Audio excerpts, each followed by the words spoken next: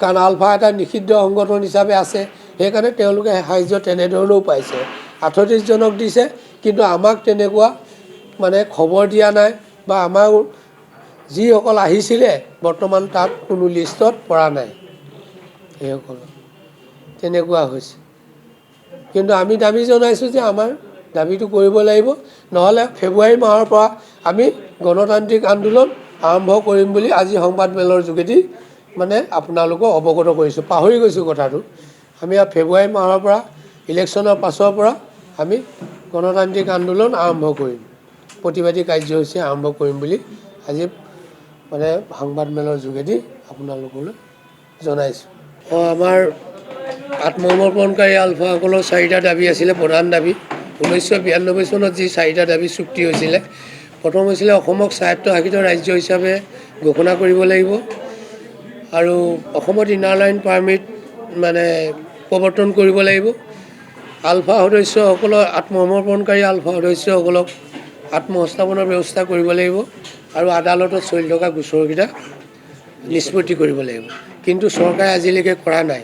সেইকাৰণে এই নকৰাৰ কাৰণে আমি স্বাধীন অসমৰ দাবীটো এতিয়াও আমাৰ অব্যাহত থাকিব, আৰু সেইমতে দিল্লীত আমি ছাবমিট কৰা আছে আৰু চৰকাৰক আমি জনাই দিছোঁ। আৰু অহা 2025 চনৰ ফেব্ৰুৱাৰীৰ পৰা যদি কাৰ্যসূচী চৰকাৰে আমাৰ দাবীকেইটা মানি নলয়, তেতিয়াহ'লে আমি কি কৰিম, 2025 চনৰ ফেব্ৰুৱাৰীৰ পৰা আমি গণতান্ত্ৰিক আন্দোলন জিলাই জিলাই আৰম্ভ কৰিম। সেইটো আমাৰ চৰকাৰৰ লগত আলোচনা হোৱা নাই। চৰকাৰৰ লগত আলোচনা আমাৰ এই 2010 চনলৈকে হ'ল, তাৰপিছত হোৱা নাই। তাৰ আগতে 2-এবাৰ হৈছে, প্ৰশাসন যন্ত্ৰৰ লগত আমাৰ হৈছে, আলোচনাটো চলি আছে। আজি অলপ দিনৰ আগতো আলোচনা হৈছে, কিন্তু কৈছে যে চৰকাৰৰ তৰফৰ পৰা এতিয়ালৈকে একো অৰ্ডাৰ অহা নাই, সাহাৰ্য অহা নাই, সেইকাৰণে আমি এতিয়া একো ক'ব নোৱাৰিম। কিন্তু আলোচনা চলি আছে, অফিচিয়েলি চলি আছে, কিন্তু এতিয়ালৈকে আমাক একো এটা দিয়া নাই।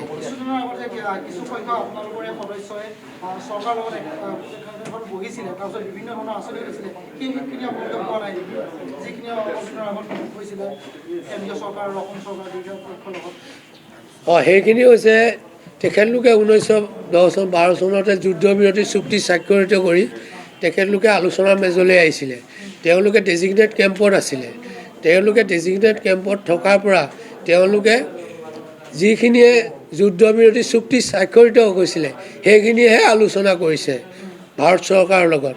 ভাৰত চৰকাৰৰ লগত চুক্তি স্বাক্ষৰিত কৰিছে, আৰু তেখেতলোকে যিখিনি তেখেতলোকৰ লগত সদস্য আছিলে তেওঁলোকৰ আত্মসংস্থাপনৰ ব্যৱস্থাটো আমি জনাত 7 লাখ কৈছে, কিছুমানে কৈছে 3 লাখ কৈ, তেওঁৰ কাৰণে 1 লাখ এককালীন সাহাৰ্য পাইছে।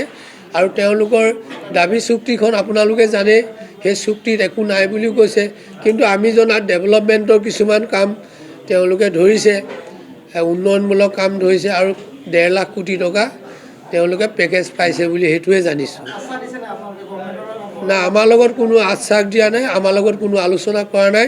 তেওঁলোকে নিজাববীয়াকৈ যুদ্ধবিৰতি গোটেইহে এইটো কৰিছে। সদৌ অসম আত্মসমৰ্পণকাৰী আলফা, যি চৰকাৰৰ নিৰ্দেশ মতে যিসকল আত্মসমৰ্পণ কৰিছিলোঁ, যেনে আমি কৰিছিলোঁ, আমাৰ লগত চৰকাৰ আলোচনা হোৱা নাই, তেনেকুৱা চুক্তি হোৱা নাই। এনে আলোচনা চৰকাৰ হৈ আছে, কিন্তু আজিলৈকে আমাৰ দাবী মানি লোৱা নাই। সেইকাৰণে আমি আজি বহু বছৰ হৈ গ'ল, 26 বছৰ হৈ গ'ল, আজিলৈকে আমাৰ হোৱা নাই। এতিয়া আমাৰ এটাই কথা আছে, আমাৰ যেতিয়ালৈকে আলোচনা আমাৰ দাবী মানি নলয়, তেতিয়ালৈকে স্বাধীন অসমৰ দাবী অব্যাহত থাকিব।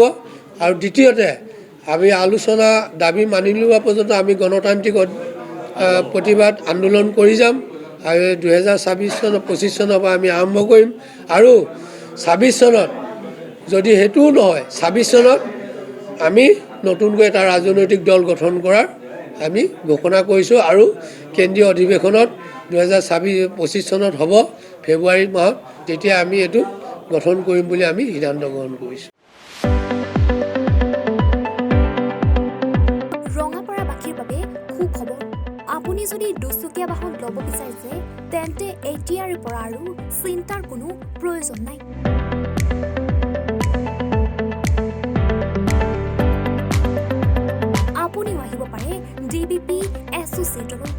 Bajaj two wheeler dealer.